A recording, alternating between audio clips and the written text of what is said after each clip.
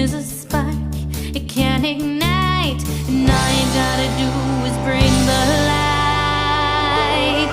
Cause a new light shine, cause a new light shine. Time to get on up, say tradition is mine. Cause a new light shine, cause a new light shine. Once you've taken the time. Shalom, my friends. Welcome to the Light Lab podcast. My name is Eliana Light, and I am here with my friend Cantor Ellen Dreskin. Nice to be with everybody again. So nice to be with you, Ellen. And that's it. It's just the two of us today. We're so grateful that we get to hang out with you and hold the gems of our liturgy to the light. And we're starting with a lighter question today, which is, what is your favorite kind of bread? Ellen, what comes to your mind? To say that I'm kind of like a basics person, like bread is bread. And so what's the big deal? And then it was within the last 10 years, believe it or not, that for the first time, I tasted focaccia bread and thought, where have I been all my life? And I think that it was just this very nice, a different texture, different seasonings. It was all rosemary and sage-ish. And I just thought it was, the best thing since sliced white bread, as we are wont to say, a real favorite. And I love learning new things as an adult and feel like I must have had a very sheltered, breadish, non-breadish kind of childhood, but better late than never. My gosh. Well, first of all, when you said bread is bread, I was definitely singing that in my head to Dan Nichols' Love is Love is Love. Bread is bread. Anyway. Secondly, how did you know that my answer to that question is also focaccia? No way. It's so good. It really is, isn't it? Also, for someone who's gluten-free, I joke, for someone who's gluten-free and vegan, I really love bread and cheese, but bread and cheese that I can eat. And there was a cafe. I was in Minneapolis for a wedding, and they had gluten-free vegan focaccia, and it was so good. I mean, it's the things I always liked about focaccia, which is the airiness, but the crispiness at the top, and the flaky salt, and the what is this magic? And do you ship? Because I've seen recipes online for gluten-free focaccia. I just haven't tried it before. I'm a little scared, to be honest. But yeah, one of these days we're gonna have to get together and have some focaccia. Maybe we can put I'm imagining now, focaccia is flat in a big pan. 2 loaves of that on a table would take up a lot of space. It's true, but it would be well worth making it would be well worth it. Oh, that stuff is delicious. All right, we're talking about bread because we are still on our sweet and cozy journey through Shabbat at home. First, we lit the candles. We sang Shalom Aleichem. We blessed those that were around our table. We did Kiddush. We washed our hands. We talked for an hour about Netilat Yadayim, about washing our hands. And now, the moment we've all been waiting for, at least if you are a small child at a Tat Shabbat, the moment that you have been waiting for, we're going to talk about Hamotzi and challah. So, what is challah and why do we eat it? Let's see, Ellen, if you were hosting some aliens who had never been to Earth and didn't know what they were talking about, and how would you explain or describe challah to them? Well, that's a good question. Well, they would have to know what bread is. Right. Okay, so we'll assume that they know what bread is. It's sweet. There's something sweet about it. It is, known for its shiny crust with the egg basting to make the crust that way and all shiny. The shape of it is different, and I confess that I like my challah a little bit, raw and mushy on the inside, raw-ish, and it's a taste like no other. What's your favorite challah that you either get regularly or that you've ever had? I know that's a big one. Well, actually, for me, it's not. It's kind of me being a a basics kind of person. Is plain challah is my absolute favorite. Do you make challah? Do you buy challah? How do you get your favorite challah? I was very aware of the fact, and probably we all were, that during COVID, everybody was deciding to take their time that they had and make challah.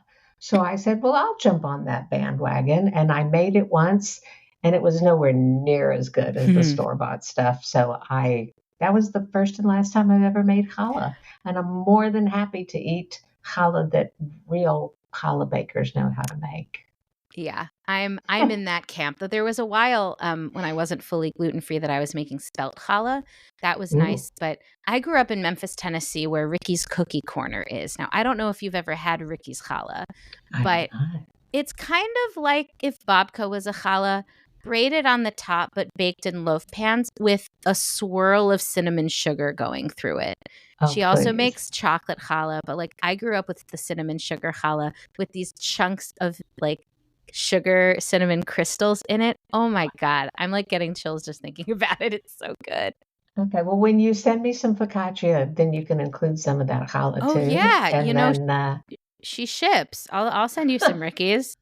For serious, you should try this, especially because I can't eat it anymore. Like I need my friends who can to experience this challah. Yes. I will make that sacrifice for you. I will be more than happy to taste it for you. I have to tell you that there are many other times that I've made challah, and I didn't think about it until just now.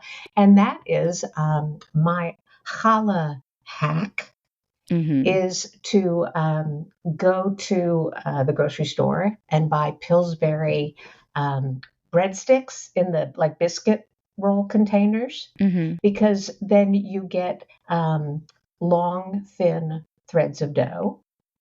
And there's, I can't remember, a dozen of them in a tube. And I just take 3 out and I braid them and I make 4 little loaves of challah and bake them in the oven.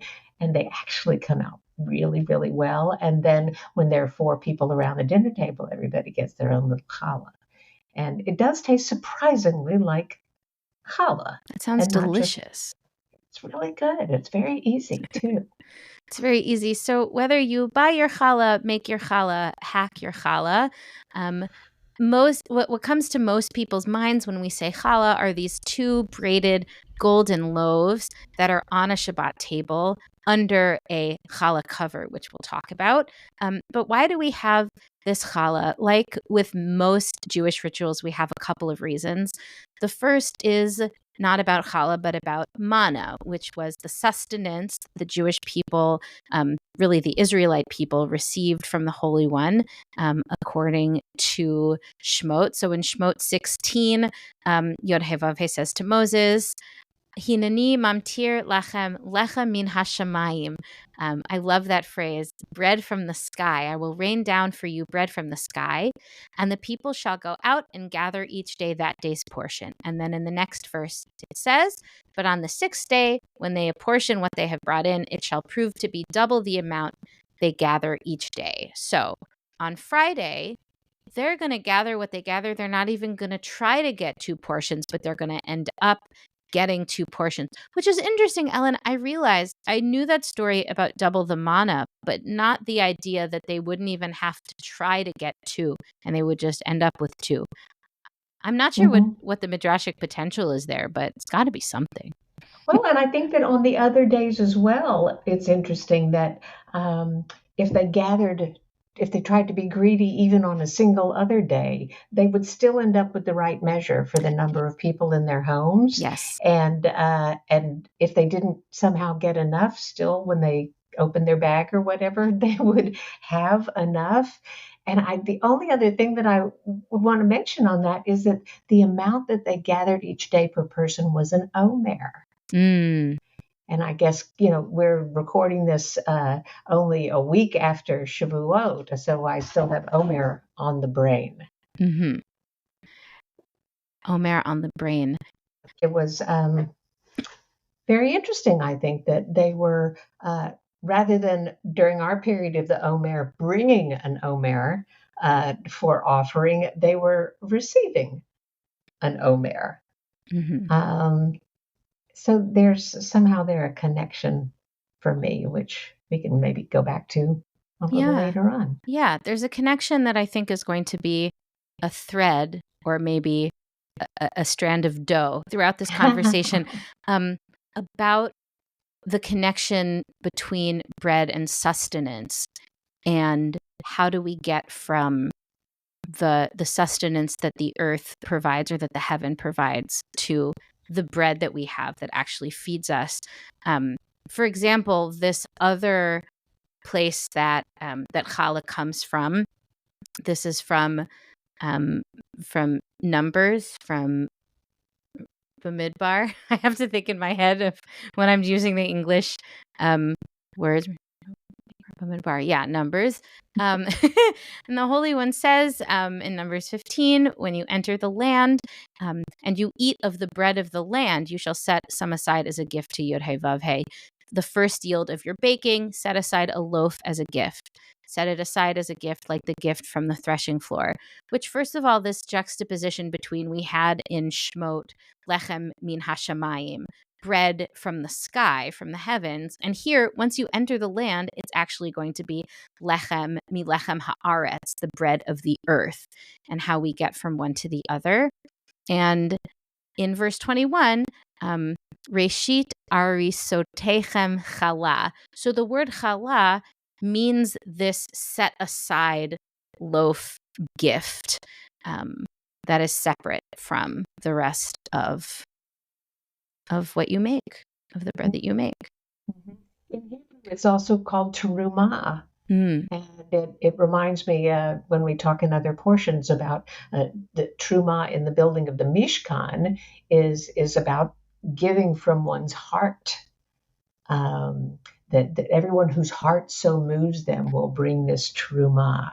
So this idea that in your baking, your everyday using, that your heart and your spirit also needs to be involved. That we don't really do anything by rote or by default. Judaism doesn't let us do that very often. It's asking us to always be paying attention. And I think that Hamotzi is a real good example of that. It's a great example, and something that's interesting that we don't always focus on is that what makes bread challah is not its shape and it's not its ingredients, but it's that challah has been taken from it. This idea of taking challah, that when you bake challah, you take a bit of it, set it aside, and say a blessing and burn it. Some people might put it in some aluminum foil and toss it in their oven, or they might set it aside and put it in the compost, or even just say the blessing, not taking any challah. The blessing for that is Baruch atah Yod He Vav He Eloheinu melech haolam asher kitshanu b'mitzvotav v'tzivanu lahafrish challah, to separate challah. So we experience your blessing, Holy One of all time and space, through this opportunity for holiness, in particular, this taking of separating challah, and the connection that it really can help make for the one doing it between this moment here right now and challah being taken from offerings of bread in ancient times.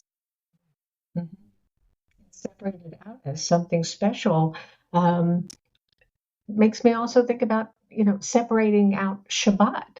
That now challah, the bread we use on Shabbat, is kind of different than all the rest of the bread we eat the rest of the week, perhaps. While I'm saying it, it's sounding very a little bit simplistic to me, but if it it's landing somewhere for me. That idea of the challah, the part we set aside, the part we use to remember the past and the rituals of thousands of years ago, that we still have that memory today. There are other ways in which I think that we use also, it reminds me of Shamor v'Zachor. Mm. that challah is another way of remembering that that doesn't let us go on autopilot. Hmm. There's something powerful about that separation, that challah invites us to separate out a little bit, which I think isn't just to make that little portion holy, but holy-tizes, sacralizes all of the challah, all of the bread, in the way that us setting aside Shabbat to make Shabbat holy might thus elevate all of our time, more of our days. This line I keep coming back to from a water aerobics instructor that we had, isolate to integrate, that you take a little bit away and you focus on that so that you can bring what you learn into the rest of whatever it is, not so that it can stay separate, but that through blessings, through rituals, through Shabbat and holidays and time itself, we're being invited to focus on one thing in particular so that it can then bleed back into the rest of our lives, maybe having elevated more of it or the whole thing. I think that it gives credit to where we'll go eventually of did I really do this all myself, or do I need to remember that I need to offer some back or offer some forward to acknowledge the fact that this doesn't just belong to me, and the act of making it and the act of consuming it isn't just because I'm this great, human being or whatever, and I can look at me, I can make bread. Well, I need to remember that I need to put a bit aside to remind me that I did have many partners, but perhaps one unifying partner that we all have in particular. One of the other things that we're being invited to remember with the challah is the showbread. In Shemot 25, it talks about the lechem panim, which is interesting. It's translated here as the bread of display, and on the table you shall set the bread of display to be before me always. What does it mean for there not just to be a ner tamid, an eternal light, but a lechem tamid, an eternal bread, like just bread that's always there? And again, what it brings up versus fire, which of course, human beings created the menorah that the fire is in, and they might have brought the fire into being, but they didn't really create the fire. Whereas challah and bread really is this partnership. Something interesting about the word challah itself, when I looked it up, it's always interesting to see what roots and other words it's shared with. Chul means to twist, to writhe, and to dance. And we might be thinking about the twisted nature of the braided bread. It also means to wait longingly, which really struck me. I made a joke at the beginning about Tot Shabbat, but y'all, there is nothing I don't think as pure as the love of a child for challah. It's also interesting to me as like an early childhood educator, where we sing a lot of songs about the things that we do on Shabbat, songs about the candles and about the kiddush and about the challah, so that the challah becomes this really amazing, incredible thing. And I wonder, we're singing about those things, but are we singing about like why we're doing those things or how we could do those things with meaning? Like at a certain point, like, does it matter to know cognitively that the three things that we do on Shabbat are these blessings? I mean, or is it to say, yes, but it's not just that? And what does it mean to go beyond the surface, even when we're working with kids? Realize that what I was thinking of while you were saying that was I was thinking, and you mentioned songs, and in addition to the challah root, it took me to Yedid Nefesh, which we may have talked about, and we often sings on Shabbat, that our souls, we say in Yedid Nefesh, cholat nafshi. My soul is chalad for you. But we're not talking about the bread. We're talking about this it's soft, it's sweet, it's yearning, it's special. And we do use the word to mean that we're not well, but it's like a longing. Mm-hmm. And I think that that's absolutely beautiful. And to mention that to the kids that we teach, the way these words can be for something very concrete and also stir up any number of emotions while we're doing it. Mm-hmm. To learn, and of course, I didn't think of the connection between challah and choleh, meaning sick, but that it can mean to become weak, ill, or sick, but also to soften, to sweeten, to soothe. That the same word can mean both of those things is just a reminder of how so often the cause and the cure are related, or it's two sides of the same coin, or both are a part of life, that we kind of hold both of those things at the same time. Yes. Yes. So aside from all of these like reasons from our tradition, the manna and the showbread and the truma, like why else bread that we start our meal with? Like why bread and not something else? Hmm. Hmm. I think that it occurs to me that while I did not find in my one experience that challah was very easy to make, and I don't think that bread is easy to make. However, when I think about something like matzah, Mm-hmm. and I think, no, really, if you have some flour, all you really need to do is add water and hold it over a fire for a while, and you're going to have something that you can actually eat that is nourishment to you. And again, it's just this very basic thing. I also know that when the washing of the hands, you talked about metaphors for God and all the water metaphors for God, and water is also a metaphor for Torah. Mm. And you take this very basic substance that comes from the earth, and all you need to do is add a little water, add a little holiness, add a little intention, and add a little, dare I say, God to the situation. And it's almost universally available, or so may it be in our day, please. The ability to nourish oneself with just water and flour. Yeah. And that being something that seems to stretch across different cultures and countries in the world.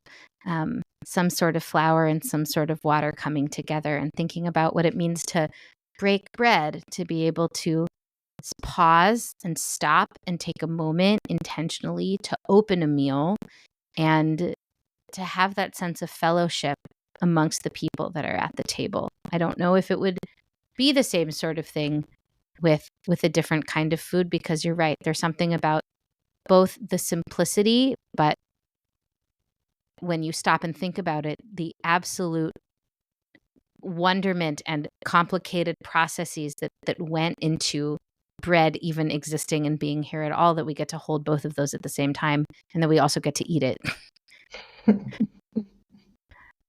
So let's look at the blessing that we say what we mean when we say Hamotzi. Ellen, would you read the blessing for us? Sure. Well, I think I might have it memorized. So we're going to see if I can remember it. The blessing is very simple. One-liner. Baruch atah Adonai Eloheinu melech haolam hamotzi lechem min haaretz.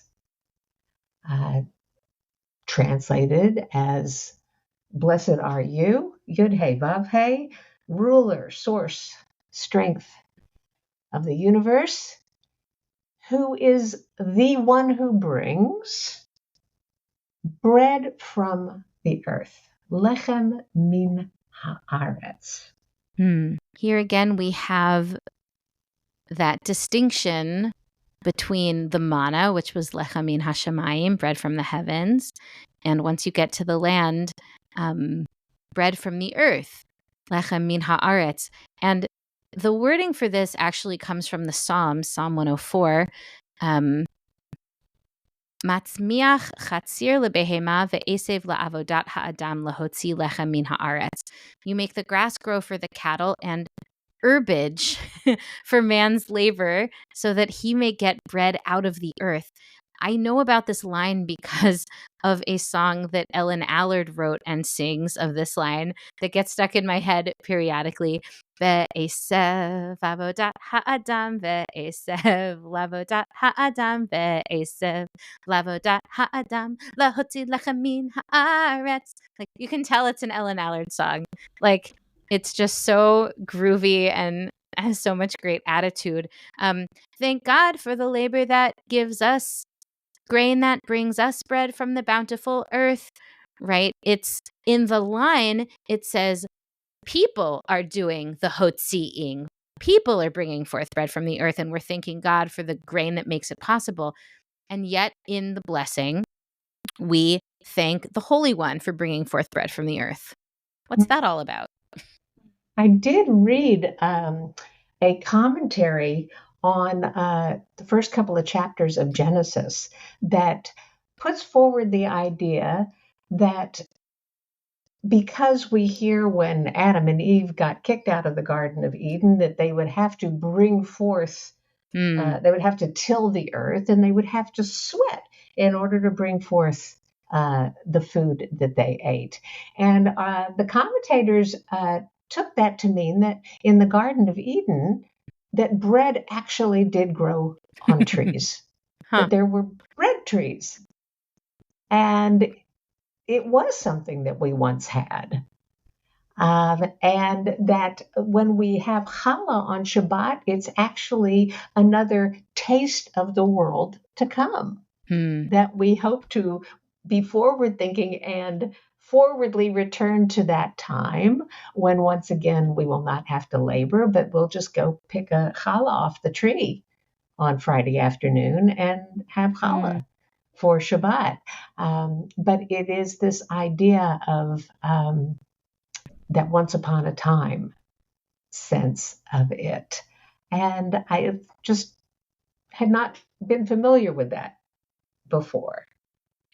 I have not either. I think this idea of God bringing forth bread from the earth, I know often is brought as a way to think about our partnership with the Holy One. And what does it mean to build, to create in partnership, in that, as you said, the person baking the challah didn't make the grain or mill the flour or gather the salt from the very seas, that these are all things that exist in the world, and that the bread being kind of finished and completed by us is about the partnership. There's a story, I'm not going to tell the whole thing, and you might know the source of it. And maybe you, if you'd like to tell it, you could tell it probably better than I can, about someone being hosted for dinner and saying, "Oh, this is the best bread this is the best challah I've ever had. Thank you so much. I must thank who made this challah." And they said, "Well, we didn't make it. The baker made it. So let's go see the baker." And the guy says, "Thank you so much for this challah." And the baker said, "Well, I'm not totally responsible. The miller made the flour. So let's go see the miller." "Oh, I'm not responsible. It was grown by the farmer. Let's go find the farmer." And the farmer said, well, really, you shouldn't be thanking me at all. You should be thanking God. What it means when we bring out our consciousness to think about all of the people and processes that actually go into the food that we eat. And it's not only a partnership, but a dependency, an integration, a system by which, we help to feed each other. And it's just this wonderful thing, once again, of not taking things for granted. Don't forget to be grateful. This is a gift. It didn't have to be this way. It didn't have to be this way, not just in the present, but also over the course of time. I think a lot about how everything that's ever happened in the universe kind of led up to here. It's not just that we're grateful for the wheat that grows, it's that agriculture developed in the way that it developed. How, even thinking about that, there's so much that brings to my brain. We could say thank you to every step, to every person that was involved, to every sheaf of wheat, for every pinch of salt, but also the people that developed agriculture over millennia, and the first people to figure out that you could get salt from water, and the fact that there is salt at all, and let alone the other ingredients like honey and eggs, right? We don't have time to say all of that. And so we say God instead, and that God is, and is the stand-in for, depending on how you look at it, a cosmos full of people and processes that actually led to the creation of this bread. One of my favorite quotes is by Carl Sagan. And he said in his series Cosmos, if you wish to make an apple pie from scratch, you must first invent the universe. I think that's what sent me looking back for the Garden of Eden, and I found out about the bread trees. Yes, and all of the things that are worth having a blessing over them, simply because they're so very basic. And if we didn't give it the kind of thought we're giving it right now while you and I are talking, it's just too easy to ignore. It's too easy to just, go grab the bread from the plastic bag that the truckers dropped off at your grocery store, and just, pop it into your mouth and say, oh, well, that was good, and be done with it. It's not I want to say it's not a necessarily Jewish way of being, except we do it all the time. However, thank goodness we have these blessings to remind us. Did we want to mention that Hamotzi is not only a Shabbat thing? Yes. That we can say this, or it's an appropriate blessing anytime that we consume any kind of bread, and particularly the challah on Shabbat, perhaps. But this is a lesson, as you mentioned before, that we carry with us the rest of the week as well. Yeah. This reminder of all of the processes, I think, is especially important in these days when we are so removed from the means of production, as it were, where perhaps it was that you lived in a village with the farmer and the miller and the baker. And now we are often so far away from the people and processes that make our food. And that rift, in many ways, has allowed there to be ethically questionable practices in those spheres, to put it mildly, when we're not seeing how our food is made, from the conditions of animals in factory farming to the people that are picking our fruits and vegetables, often in very harsh conditions.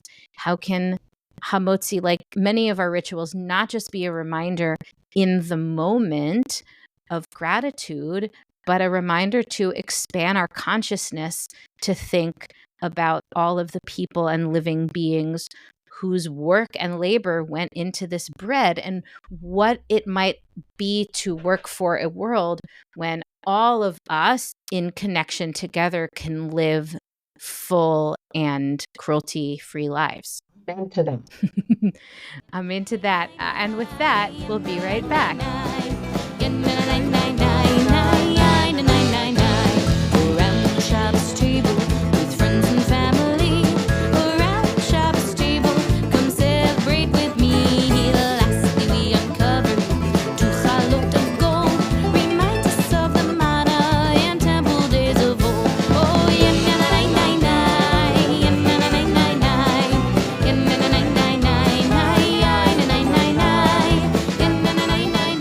Welcome back, my friends. So let's talk about the flow of the ritual. We can imagine that we have washed our hands. We're not talking. Maybe we're singing a nigun. Maybe we're doing what I sometimes used to do as a kid to be silly, which was try to have a conversation just saying challah, challah, challah, challah, challah, challah, challah, challah, because you can talk about the challah. So just challah, challah. Okay, so the challah is already on the table. Like the showbread in the temple, and it is covered. Now, why is the challah covered? Can I tell you one of my favorite stories? Please, I would love that. Well, it's attributed to Rabbi Israel Salanter, but the first time I heard it just about some normal guy who was very excited because the new rabbi in town was going to come to dinner at his house on Friday night. And he and his family spent the entire week making sure they had the right clothes, the right ingredients in the house for a wonderful Shabbat meal. The man was just beside himself that the rabbi would honor his family in this way by coming to Friday night dinner. Friday night comes, the house is clean, the kids look great, dinner smells wonderful, and everyone is seated around the table and they have the blessing over the candles. They sing Shalom Aleichem, they bless the children, they do the Kiddush, and about halfway through the Kiddush, the man looks at his table sitting in front of him and realizes that there is no cover on the challah.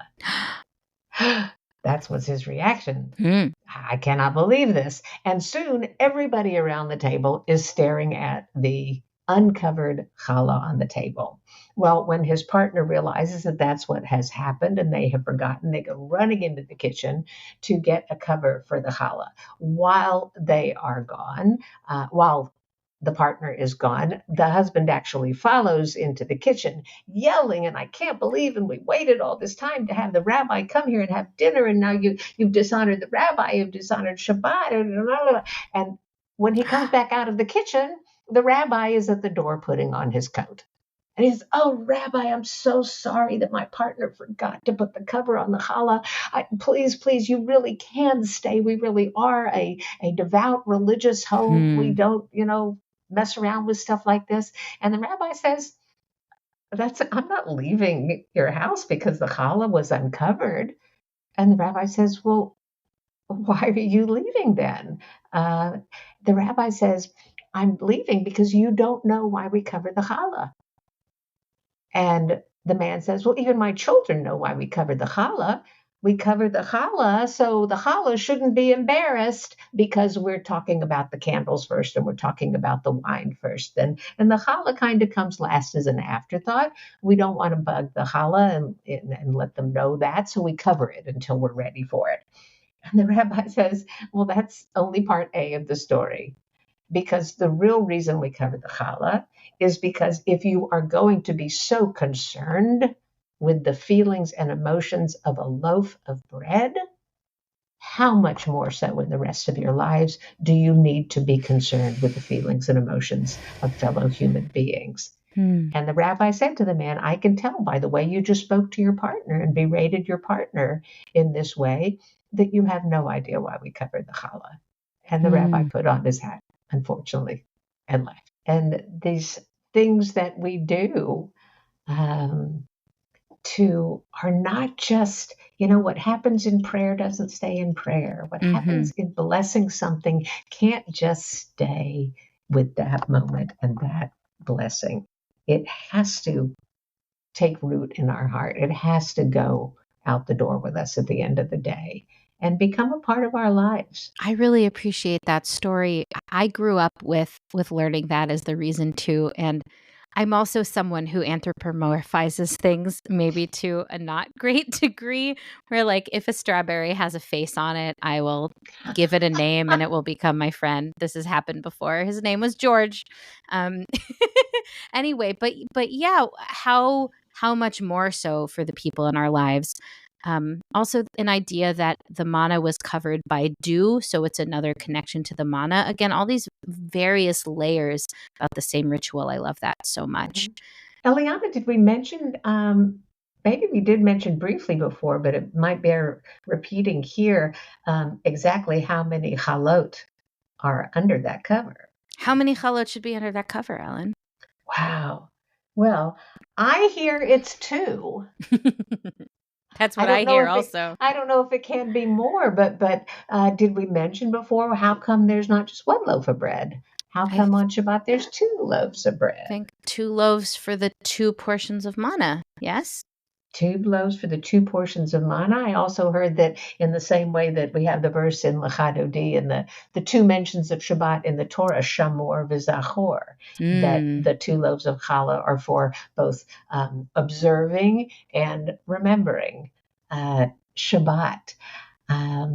And I just think it's very interesting. So we have them together under there. Again, everything is symbolic. Everything has its little messages there. What is the Midrashic possibility of all of these things that we're doing?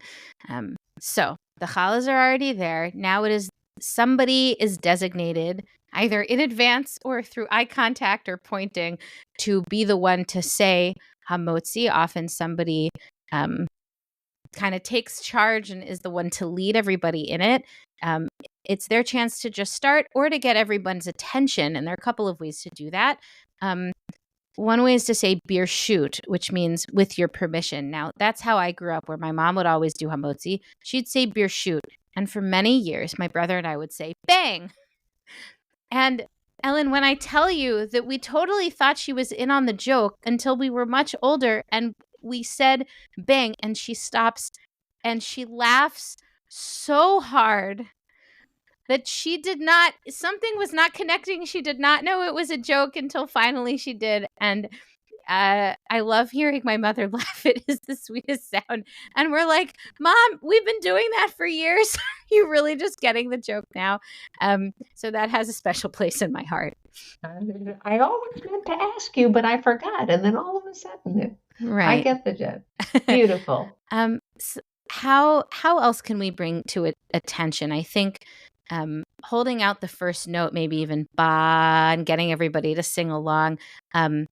Shira Klein talked about this, I think, in a workshop that I took a while ago about like tuning the room together on the same note before just starting in on the blessing, getting us attuned to each other. There's that idea of, I don't know that they do it anymore now that we have electronic tuners, but at a symphony or an orchestra, that the conductor comes out and asks the oboist to sound an A, and then everybody tunes to that oboe's note. And there's a calm and a quiet as all these different voices that are on different notes for all these different instruments that are slightly off pitch. And you listen as they become more and more and more, like you say, in tune with each other and literally on the same note, on the same page, ready to go forward together.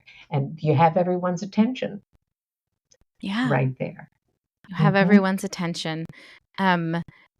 I grew up with the challah being held aloft in the air, either on the board or usually kind of the 2 loaves, bottoms together and up in the air. I always thought that was connected to, we talked about in the last episode on this, netilat yadayim means the raising of the hands, and that one of the reasons we stay quiet between washing and hamotzi is that we are connecting. The action of raising our hands is actually raising the bread in hamotzi. But I'm wondering why else could it be that we raise the bread in the air? For me, visually, it conjures up the idea of one raising it up, perhaps from the earth toward the heavens, or raising it up and acknowledging that there's something heavenly going on here in this blessing. I'm sure we've spoken in our podcasts about different kinds of blessings. The blessing that involves action, which contains the phrase Asher Kidshanu b'mitzvotav, like when we light the candles. And then after we say the blessing, we're going to do something. That phrase, Asher Kidshanu b'mitzvotav, is not in this blessing. It's just very simple. Thanks for the bread. And I think that to raise it in that way reminds me of a Talmudic idea that absolutely everything comes from heaven. Absolutely everything that we experience is a gift and is owned by God. However we might choose to translate that, it doesn't belong to us. And when we say the blessing and acknowledge, the blessing acknowledges that is like asking for permission to use this heavenly gift, this heavenly substance for our own pleasure, for our own nourishment. And the blessing gives us permission once we've acknowledged who the real owner is. And I see us holding up the chalot also in acknowledgement of that, of this, look at what I have that is not all mine. I'm ridiculously grateful for it. And I am asking for your permission, oh partner in creation, to fully enjoy this wonderful bread, this wonderful meal. And that any time that we say a blessing, and we choose customarily say at least 100 blessings every single day, that each time we begin that phrase with Baruch atah Adonai, it's acknowledging, it's asking permission, and acknowledging ownership, and transference of ownership with that blessing from God to me. Yeah. I love that. Asking for permission, not just from the other people at our table to say a blessing on their behalf, but asking for permission from all that is and acknowledging that we are not single-handedly responsible. I love that. It can also be, we've been talking about elevating what might seem everyday to the realm of the sacred and kind of the physicalization of that with our bodies, raising the challah up in the air.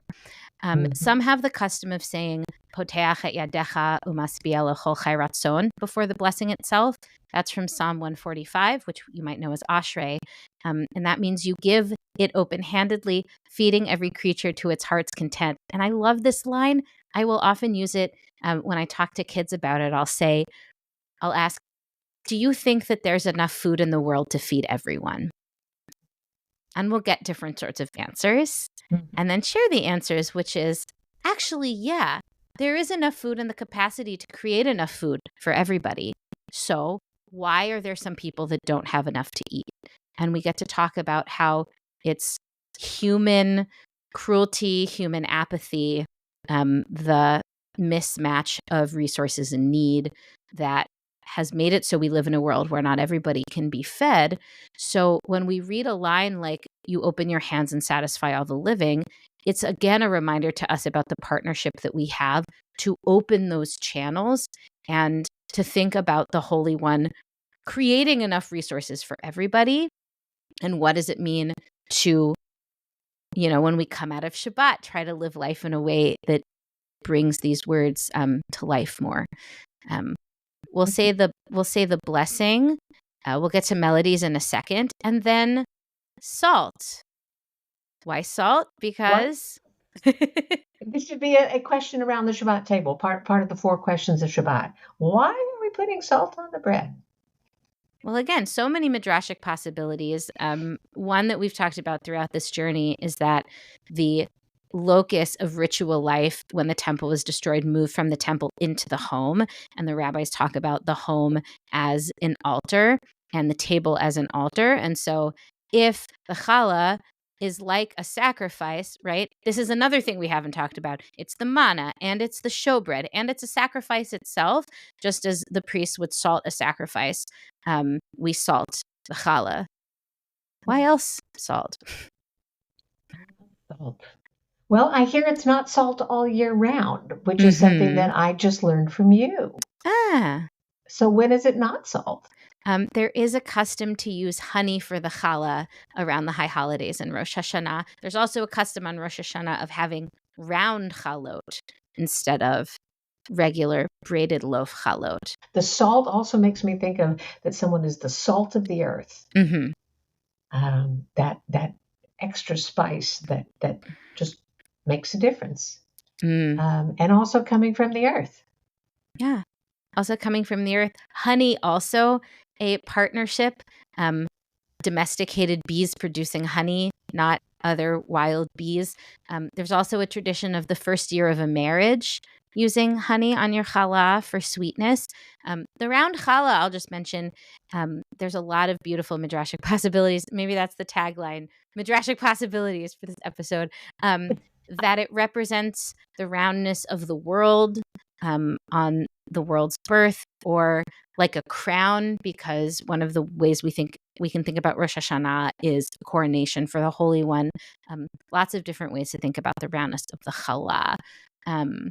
And now, how do we get the challah to the people? One way is to cut the challahs. We might imagine it, our sacrifice with the challah knife that has been hidden. Often we try to hide the challah knife and not have it be out, or tearing the challah. Are you a challah cutter or a challah tearer? Oh, I am a terror, and because it is a sacred act on Shabbat to, open your hands and share around the table with everybody, I love it because if it's a holy act, then I may call myself a holy terror, which is something that I've been for most of my life, and then now I can acknowledge it with this wonderful sweet challah. What about you? Are you a slicer or a terror? I like the tearing. And there's this beautiful teaching that Shira Milgram brings us, that just as we are told that our altars needed to be made of unhewn stone, because they're a symbol of peace that could not be made with tools of war, that by tearing the challah instead of cutting the challah, we are consciously doing that as well, saying we're not even going to put a knife near the challah. Or some people I've seen do like a little boop of the challah with a knife and then tear it. So you get both connecting to this idea of sacrifice, but also connecting to this idea both of kind of hospitality, of unhewenness, not connected to these weapons of war. It's funny that you mentioned the weapons of war. I don't know if anybody can hear or has heard in Hebrew the similarities between the word lechem, which is bread, and milchama, which is war. They do have the same root, and it's possible that they just happen to have similar letters in the same order, and there's no connection between the two. But of course, we, over the past 2,000 years, have not been satisfied with that. If they're going to have Lamed Mem Chet, Lamed Chet Mem, there we go. Right? In that order together in both words, then there must be a connection. And the idea that lechem can also can come from things being like pressed together into a substance. And someone said, well, when people are at war with each other, they're pressed together, they're pressed into conflict.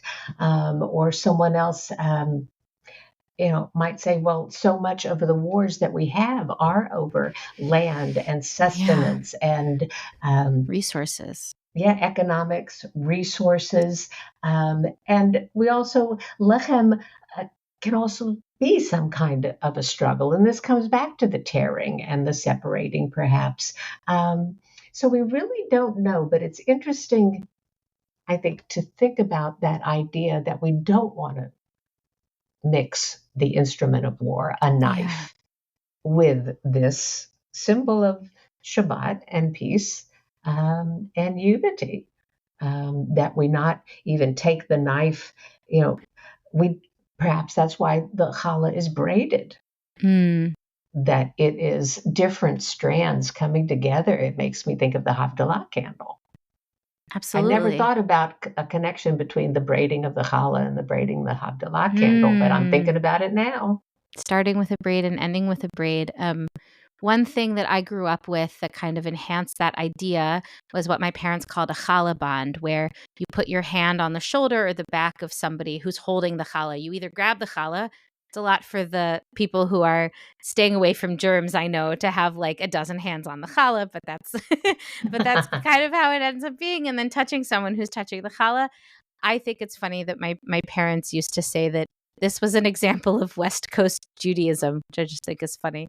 All of us touching someone who's touching the challah, but it kind of braids us together, just like the challah is braided. Mm-hmm. I remember very clearly at camp that of one person lifting the challah at the camp dinner table, but everybody else around the table and around the dining room was touching the person, or touching someone who was touching someone who was actually touching the challah. And makes for quite a memory. It really does. And with that, we'll be right back. Shine, shine, keep it burning bright. Shine, shine, shine. Welcome back, everyone. This is the time when we talk about melodies. And for Hamotzi, there's one kind of traditional one that people may be familiar with. Ellen, wanna sing a few bars? Sing a few bars. It is only a few bars. And I looked for a while before finding who actually composed this melody. Thank you for doing that research. Yeah, a very famous Jewish composer, Samuel Adler, wrote this melody. I do not know that he wrote the English that often precedes it in settings, but the Hebrew, he did write the melody too, which goes, Baruch atah Adonai Eloheinu melech haolam, hamotzi lechem min haaretz. Amen. And I think that it's done around the world with that melody in many different ways, often with our English preamble, which, depending upon where you come from, Hamotzi lechem min haaretz, we give thanks to God for bread. And then the next line I learned as, our voices rise in song together as our joyful prayer is said. Then I got to Cleveland, where they said, as our prayer is humbly said. I've also heard as our daily prayer is said. Mm-hmm. So, and then it goes into the Motzi. Let's grammatically remember not to call it the Hamotzi because that's the Motzi. It's just either the Motzi or Hamotzi. Hearing you sing that melody, of course, that I've heard so many times, it sounds like triumphant. It sounds like the beginning of something. It sounds like horns signaling the start, or it's like a play ball sort of moment. It's like, and here we go, and they're off. It works really well for this moment. There you go. And I want to give a shout out to a song by my friend Max Melman, the Bagel Song, which starts with Hamotzi lechem min haaretz and riffs on it musically in talking about bagels. And we'll play a little bit of it here.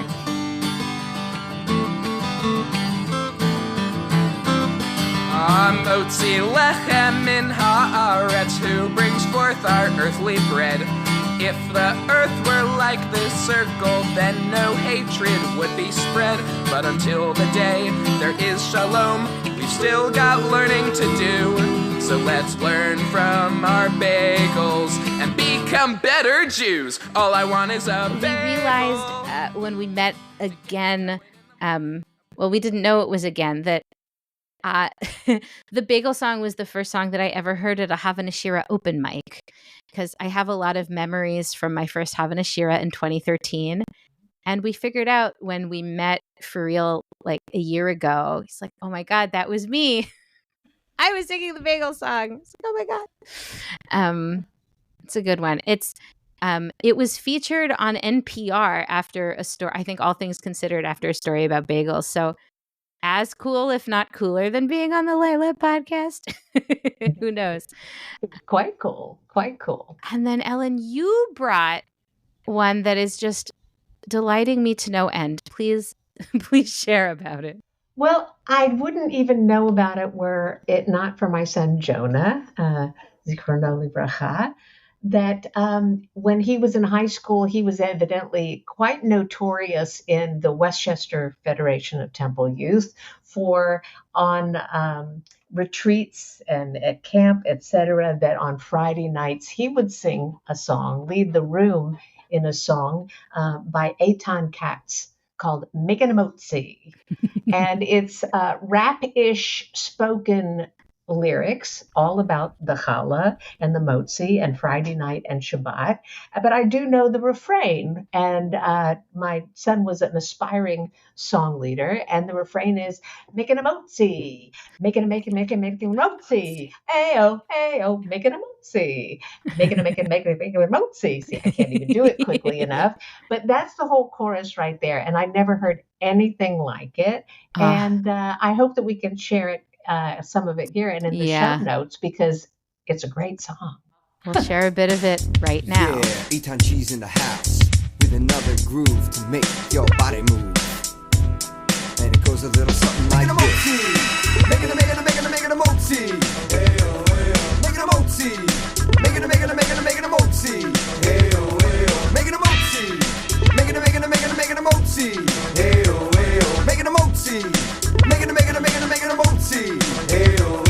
It's Friday night and I'm back from shul. I smell the food and I start to drool. Shalom Aleichem has already been said. I bless the children, but before we're fed, I start kicking the kids on the grapevine. And I know pretty soon everything will be fine. So we wash this way and wash that way. We make the blessing, now it's time to say the Motzi. Make it a Motzi. And did you know it? I did know it because I believe it is. It was done by Schlachrock, which I had growing up. It's inside of kind of the same vein as like Yo-Yo Yarmulke. It's very of a time of a like 90s Jewish silly song, but also secretly very educational sort of moment. I love it. Oh, it's so good. Yeah, that's really it. Of course, there are other melodies you could do Hamotzi to. If you have other ones you use, let us know. And I want to invite all y'all listeners, the next time that you have some bread, what does it look like to take a breath and slow down, and not just to say the words of Hamotzi, but to allow your mind and your heart and your body to feel into that sense of partnership and connection and gratitude, to feel connected to all of the forces and sources and people that brought this bread about, and to let Hamotzi bring you into that moment. I want to end with a quote from Daniel Mallory Ortberg and their book, Something That May Shock and Discredit You. We're recording this in June, so it is still Pride Month. Also, here in Durham, we do Pride in September, so we can just say it's Pride all summer long. And they're quoting their friend Julian here. As my friend Julian puts it, only half-winkingly, God blessed me by making me transsexual for the same reason God made wheat but not bread and fruit but not wine, so that humanity might share in the act of creation. So may we notice those gifts. May we see ourselves also as partners in the act of creation. How can we create that world of sustenance and goodness and support for all? Amen. Good questions to ponder. Good questions. And blessings, I hope. Blessings and questions. Thank you so much for joining me today, Ellen. As usual, this was an absolute delight. My pleasure. Let's do it again sometime, shall we? Yes, let's. Thank you so much, my friends, for listening. Thank you to all those who have a hand in making our podcast come to life, to Rachel Kaplan and to Yafa Englander, and to all of you for listening. And we'll see you again real soon.